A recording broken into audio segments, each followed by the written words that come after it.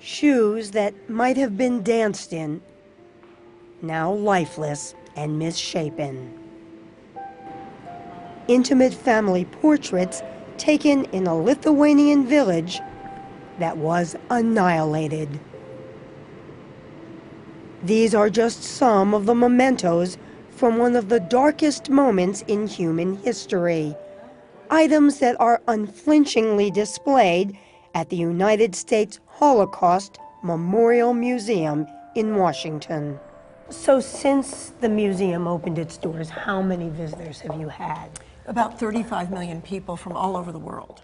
They come, says museum director Sarah Bloomfield, to a building deliberately designed to create a feeling of discomfort.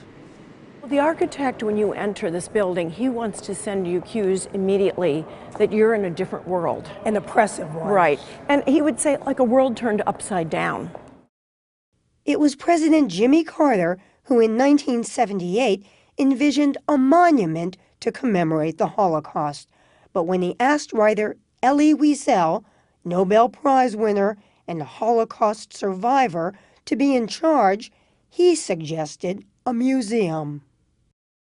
It was your idea from the beginning to have a place where people would go and learn something, find out something they might not know. Not only that, a place where they would come and they would realize how much they don't know. In 1993, at the official opening ceremony, President Bill Clinton set forth the museum's purpose. To learn the lessons, to deepen our memories and our humanity, and to transmit these lessons from generation to generation. 20 years later, that mission is still being fulfilled, with visitors trying to fathom the Nazis' coldly calculated murder of an estimated 12 million human beings. This is one of the actual cattle cars that transported Jews and others deemed undesirable by the Nazis to forced labor camps and gas chambers. When I'm close to a breakdown is when I see the children. When you think about the children who were killed. I see the children, my God, I see the pictures now of the children waiting. Why the children, my God, why the children? Elie Wiesel was just 16, barely past childhood himself, when he was liberated from the concentration camp at Buchenwald in 1945. It took him years to be able to write about it. There are no words, in truth.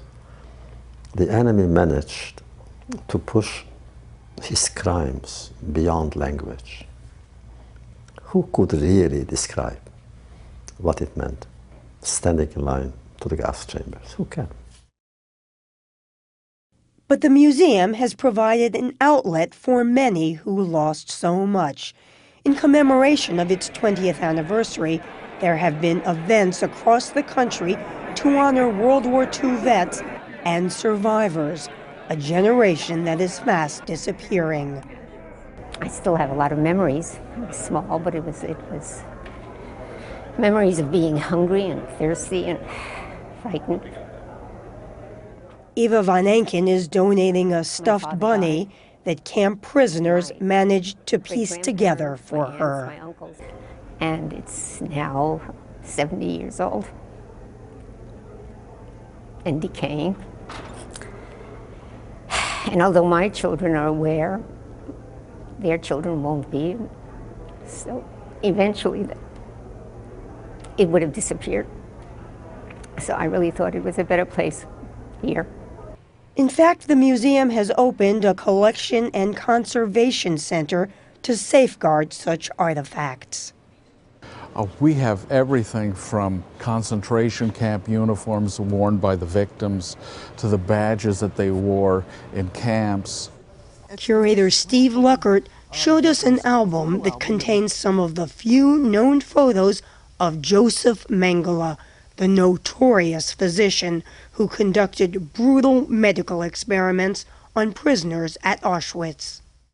Even though there were people looking for him, he escaped justice. So he never paid for his crimes. And today, the Holocaust Memorial Museum stands as a reminder of what can still happen when evil goes unchecked. We realized that this is a gift. A strange way, the gift, the last gift. A gift how? Of the dead to the living. We leave you our story. And now it's up to you to do something with it in order to save mankind.